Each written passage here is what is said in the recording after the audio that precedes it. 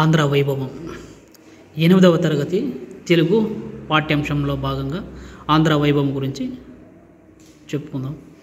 ప్రక్రియ వచ్చి గేయం, ఇతివృత్తం, రాష్ట్ర కీర్తి. ఆంధ్ర వైభవం అనే పాఠం వచ్చి ఏ ప్రక్రియకి చెందింది? ఇతివృత్తం వచ్చి రాష్ట్ర కీర్తి. కవి పరిచయం చెప్పుకుందాం. కవి పరిచయం కొండేపూడి లక్ష్మీనారాయణ. ఆంధ్ర కవుల్లో పేరొందిన శ్రీ కొండేపూడి లక్ష్మీనారాయణ పశ్చిమ గోదావరి జిల్లాలోని బొందాడ గ్రామంలో జన్మించారు.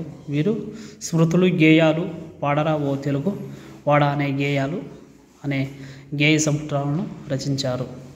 అంటే కొండేపూడి లక్ష్మీనారాయణ ఆధునిక కవుల్లో పేరొందినటువంటి ఈయన శ్రీ కొండేపూడి లక్ష్మీనారాయణ గారు పశ్చిమ గోదావరి జిల్లాలోని బొందాడ గ్రామంలో జన్మించారు.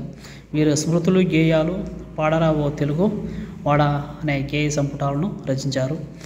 ఈ ప్రస్తుత పాఠ్యాంశము పాడరా ఓ తెలుగువాడ అనే గేయ సంపుటి నుండి తీసుకోవడం జరిగింది.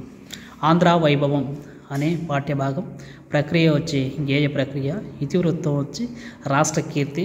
ఆ విధంగా ఈ పాఠ్యభాగాన్ని రచించింది కొండేపూడి లక్ష్మీనారాయణ. ఆధునిక కవుల్లో పేరొందినటువంటి శ్రీ కొండేపూడి లక్ష్మీనారాయణ గారు పశ్చిమ గోదావరి జిల్లాలోని బొందాడ గ్రామంలో జన్మించారు. వీరు స్మృతులు, గేయాలు, పాడరా ఓ తెలుగువాడ అనే గేయ సంపుటాలను రచించారు. ప్రస్తుత పాఠ్యభాగం పాడరా ఓ తెలుగువాడ అనే గేయ సంపుటి నుండి తీసుకోవడం జరిగింది. మాతృభూమి అనే పాఠ్యభాగం. ఈ ప్రక్రియ వచ్చి కథానిక. ఇతివృత్తం వచ్చి దేశభక్తి, కుటుంబ విలువలు. మాతృభూమి అనే పాఠ్యభాగం కథా ప్రక్రియకు చెందింది.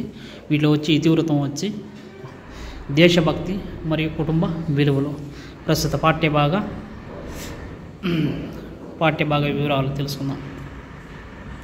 రచయిత్రి పరిచయం పవని నిర్మలా ప్రభావతి గారు ప్రకాశం జిల్లాలోని ఒంగోలులో జన్మించారు. వెంకట నరసింహారావు, సరస్వతమ్మ వీరి యొక్క తల్లిదండ్రులు. భర్త పేరు శ్రీధర్రావు. ఈమె 10వ తరగతి వరకు చదివింది. అయితే చెయ్యి తిరిగిన రచయిత్రి. అనాథ, ఎదలో ముళ్ళు, స్త్రీ, నాగరికత నవ్వుతుంది మొదలైన 7 ప్రసిద్ధ కథా సంపుటాలను రాశారు. ఉదయకిరణాలు, శాపగ్రస్తులు, రాలిన పూలు మొదలైన 17 నవలలు రాయడం అనేది జరిగింది. ప్రస్తుత పాఠము కథానిలయం నుండి గ్రహించడం అనేది జరిగింది. పవని నిర్మల ప్రభావతి. ఈమె ప్రకాశం జిల్లా ఒంగోలులో జన్మించారు. ఈమె యొక్క తల్లిదండ్రులు వెంకట నరసింహారావు, సరస్వతమ్మ వీరి యొక్క తల్లిదండ్రులు. భర్త పేరు శ్రీధర్రావు. ఈమె చదివింది 10వ తరగతి. ఆయన చేయి తిరిగిన రచయిత్రి.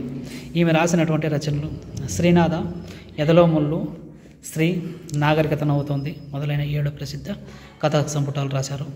ఉదయకిరణాలు, శాపగ్రస్తురాలు, రాలిన పూలు మొదలైన 17 నవళ్ళు రాయడం అనేది జరిగింది.